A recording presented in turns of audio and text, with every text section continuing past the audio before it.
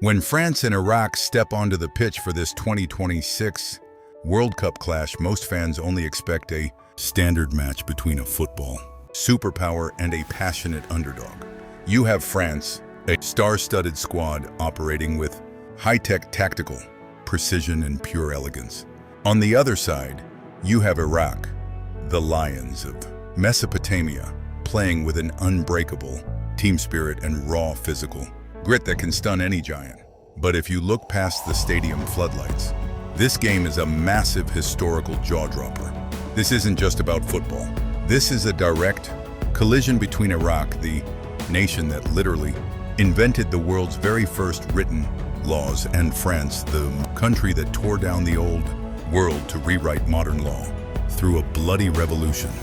Let's start with Iraq. Long before the rise of ancient Rome or Greece, the land between the Tigris and Euphrates rivers was Mesopotamia, the cradle of human civilization. While most of the world was still roaming in small nomadic tribes, the people here were busy inventing the wheel, dividing time into 60 minutes, and building the world's first cities. But their greatest flex was order. King Hammurabi carved the world's first complete written legal code into stone, establishing the rule of an eye for an eye. They recorded their thoughts, laws, and epic poems on baked clay tablets using Cuneiform, the first writing system in human history. Iraq didn't just join history, they started it. Now look at France. Their identity wasn't born in the ancient Bronze Age, but in the fiery explosion of modern human rights. In 1789, the people of France decided they had enough of royal tyrants. They stormed the bastions of power, executed their king, and declared a new era built on liberty, equality, and fraternity. France became the global symbol of the Enlightenment. Culture obsessed with human reason, fine art, and rewriting the rules of society. Through the Napoleonic Code, France exported a brand new legal system that reshaped the modern Western world. They took the chaotic ideas of human freedom and organized them into flawless marble structures and philosophy.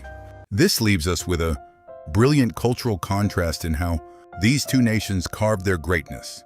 Iraq's legacy is etched in baked clay. It's raw, organic, and earth-toned. It represents a civilization that literally dug its identity out of the mud of the river valley and turned it into an eternal foundation for humanity. France, on the other hand, presents the polished marble of the Louvre. Their culture values sharp symmetry, flawless aesthetics, and intellectual design. They took the raw materials of human society and sculpted them into a refined, high-tech republic. Iraq built the foundation of human order. France built the modern tower. And you can see this directly in their national characters today. Iraqi culture is forged in absolute resilience. Having lived at the crossroads of human history, enduring empires, conflicts, and harsh desert landscapes, their people possess a deep, unbreakable communal bond. France, however, operates as an empire of the mind. They believe in the power of debate, intellectual protest, and the perfection of the social contract.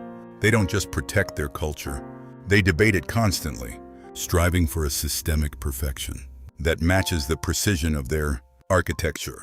So today, when the blue of France clashes with the green and white of Iraq under the World Cup lights, remember the heavy history on display. It's the cradle of ancient civilization against the republic of modern revolution. The first law ever written versus the law rewritten. Who are you backing in this historic war of words and goals? The Lions of Mesopotamia or the French Republic? Let me know in the comments below. If you want to uncover the raw, untold history behind the world's greatest rivalries, hit that subscribe button and turn on notifications.